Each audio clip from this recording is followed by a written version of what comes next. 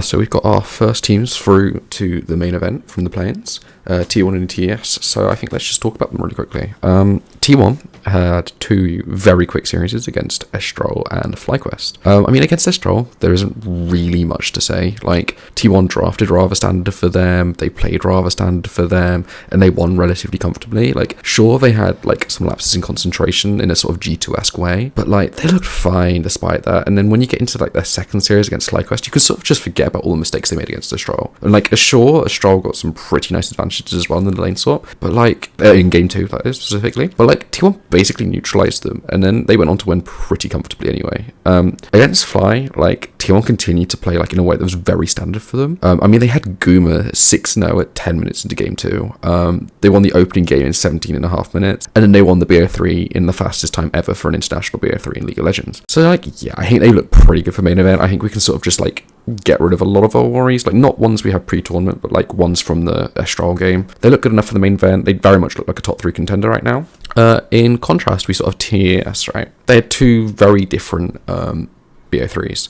In their first series against Loud, it looked relatively easy for them, despite playing the hardest lower seed in the play-ins, maybe outside of PSG Talent, about equal, really. They played their champs, and they sort of made their standard errors that they always do, and they also had their standard pop-off plays. It just sort of looked like standard TES, and they won 2-0. You can call it comfortable, even if, like, it doesn't look as comfortable stats-wise or scoreboard-wise or whatever. But then in their second series, TES looked like they were challenged just a little bit more. In game 1 and 2, it just sort of looked like regular season TES. Like, they had some basic ass errors, they were over pushing, constantly fighting, making some really basic stuff. Like, it was really basic stuff. It looked like they lost all their lessons that they'd learned in playoffs. And the thing about this series, really, is it was the clash of, like, the two teams who just love to overforce in their fights and are constantly smashing their heads against the keyboards. But, like, it sort of also didn't really matter, because, like, by game 3, TS finally awoke, like, top finally awoke, and you had Cream and 369 finally, like, showing up at this tournament.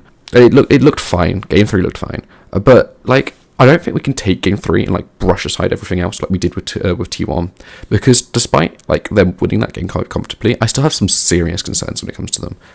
Tian, for example, looked awful even in that game, and he just didn't have a good series in general, and he definitely throws up in, like, he does in the same way he does in high pressure situations against a team as bad as Fnatic. So, like, surely that's going to happen against your BLGs, your Gen Gs, your T1s. Also, 369 and Cream had some bad moments. I think they'll be alright in the right matchups and the right, like, champions for themselves, but, like, you can't rely on that when you're looking to be pushing for the top against the top teams. I mean, 369 I have more faith in than Cream, but, like, the fact that you've got both of them having issues so far is a little bit concerning. The team still plays with just, like, a touch of their brain dead aggression. Like, they're really bad at picking fights and setting up for fights. But to be honest, you can get away with it when you've got the real Jackie Love and, like, Mako, who are just a class duo. Especially Jackie. I mean, he was very good in this series. He's been very good so far in, this year.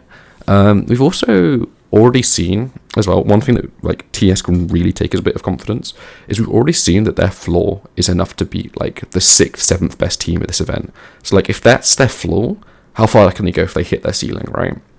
And I don't even mean, like, their ceiling, like, of max potential for this team. The max potential for this team is world champions, right, in terms of roster. But, like, if they can hit their ceiling for, like, their current play, they can easily compete with the BLGs, the Gen Gs.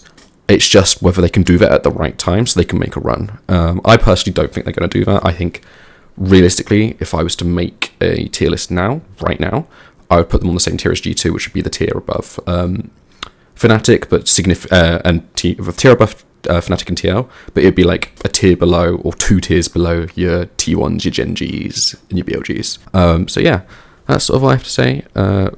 We get our first teams eliminated tomorrow, so that'll be fun. See you then, boy.